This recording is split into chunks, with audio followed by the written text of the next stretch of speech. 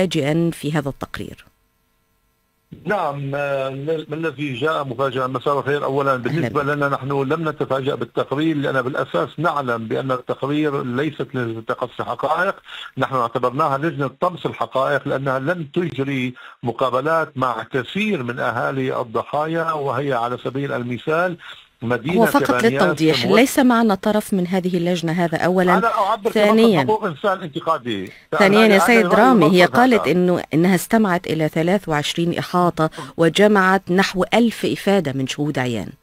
الإفادة إذا ما كان هناك عدد الضحايا الموثقين لدى المرصد 1682 ضحية، إذا ما كان هناك لدينا نشرنا وقلنا بأن هناك شهادات لمواطنين ذهبوا لاستخراج يعني شهادات وفاة من السجل المدني، طلبوا منهم التوقيع بأن فلول النظام هي التي قتلت أبنائهم أو احتشاء عضلة قلبية. إذا ما كانت اللجنة لم تستمع إلى كثير من أهالي الضحايا، كيف يعني أنا أرسلت يعني من أحد يعني ناشطة قتل ذويها، هي التي قامت بالتواصل مع اللجنة رغم أنها ظهرت على الإعلام وتحدثت عن مقتل ذويها وإعدامهم من قبل تعلم من أعدم ذويها لأنه كان موثق بالصوت والصورة. لذلك أقول اليوم حتى اللجنة قالت بأن ما حدث في الساحل ليس طائفيا.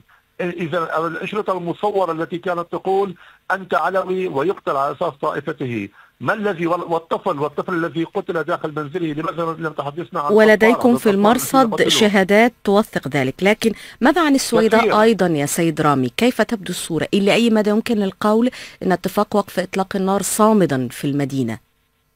الصامد بشكل كبير وكبير جدا، باستثناء بعض الخروقات في شمال المحافظة وليس شمال المدينة. مدينة منكوبة بامتياز، مدينة الآن نعمل على توثيق ما جرى فيها من إحراق آلاف المنازل، نعمل على توثيق في ما جرى فيها من مجازر. حقيقة الأمر اليوم نشرنا عن مجزرة وثقت بالصوت والصورة ما قبل المجزرة ووقت المجزرة وبعد المجزرة، أي أن هناك كثير من المجازر وقعت في السويداء كانت بعيدة عن عدسات الإعلام. أشكرك شكرا جزيلا رامي عبد الرحمن، مدير المرصد السوري لحقوق الإنسان.